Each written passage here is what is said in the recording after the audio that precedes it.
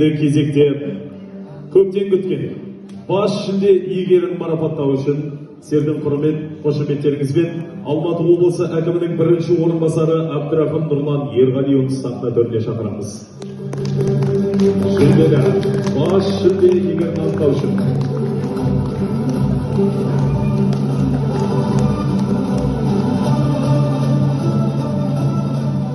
олай болса, қадірменді қонақтар, бүгінгі байқауда жүлделі 600 мың теңге иегері, бас жүлдеге ие болған құрмет қошеметтеріңізбен Талапхан Ерболат Абайұлы. Құрмет қошеметтеріңіз.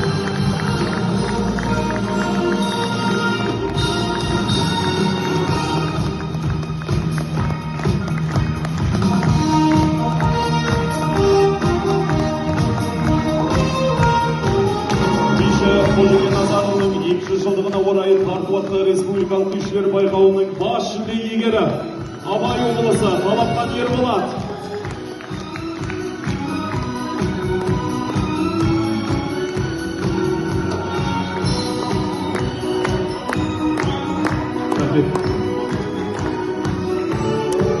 Красавчик. Нұрлан Ерғалиұлы, кешірім сұраймыз, сахнада қалсаңыз.